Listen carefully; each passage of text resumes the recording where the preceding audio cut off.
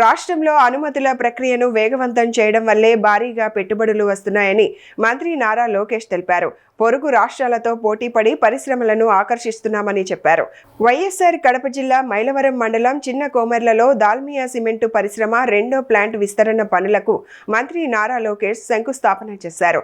దాల్మియా సంస్థ managing director CEO Puneeth దాల్మియాతో కలిసి భూమి పూజలో పాల్గొని శిలా ఫలకాన్ని ఆవిష్కరించారు. ఈ సందర్భంగా నిర్వహించిన కార్యక్రమంలో మంత్రి మాట్లాడుతూ దేశానికి వచ్చే పెట్టుబడుల్లో 25% ఆంధ్రప్రదేశ్కు వస్తున్నాయని తెలిపారు.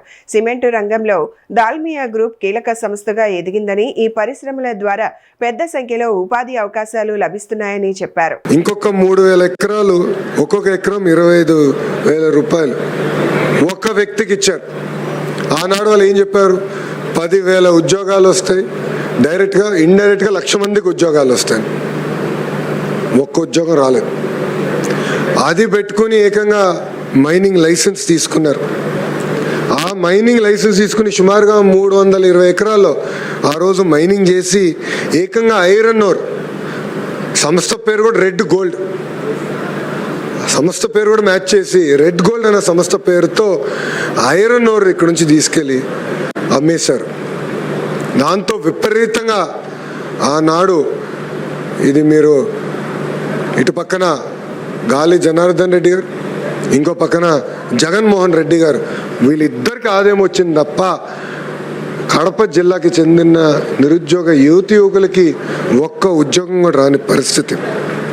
ఇంతేకాదు, మీరందరూ ప్రజలందరూ ఒక విషయం ఆలోచించాలి.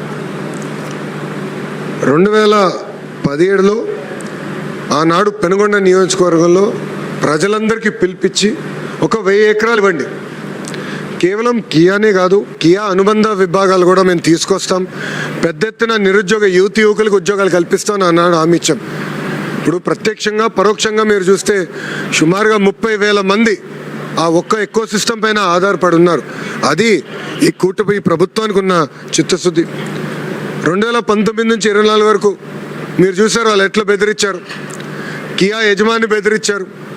దాల్మియా సిమెంట్కి ఏకంగా నోటీస్ పంపించి ఫ్యాక్టరీ మూసేయండి అని చెప్పారు. కారణం ఏంటంటే వాళ్ళు అడిగింది వీళ్ళు ఇవ్వలేదని. అంటే అడుగడుగున పారిశ్రామికవేత్తలు ఇబ్బంది పెడతాం, వాళ్ళ దగ్గర డబ్బులు తీసుకుందాం, అప్పుడు ఫ్యాక్టరీ నడిపిద్దాం, లేదంటే ఫ్యాక్టరీ మూసేద్దాం అనే ఆలోచన వాళ్ళకు ఉండేది. 5 సంవత్సరాలు యువతకు ఒక్కరికి ఉద్యోగం రాలే, అనేక ఇబ్బందులు ఎదుర్కొన్నారు. అందుకే మీరు చూస్తే ఎప్పుడు లేని విధంగా 175 స్థానాల్లో 164 స్థానాలకి ప్రజలు ఎన్డీఏని గెలిపించారు. అంటే మా పైన ఎంత ఆశలతో గెలిపించారు అనేది ఇది ఒక ఉదాహరణ.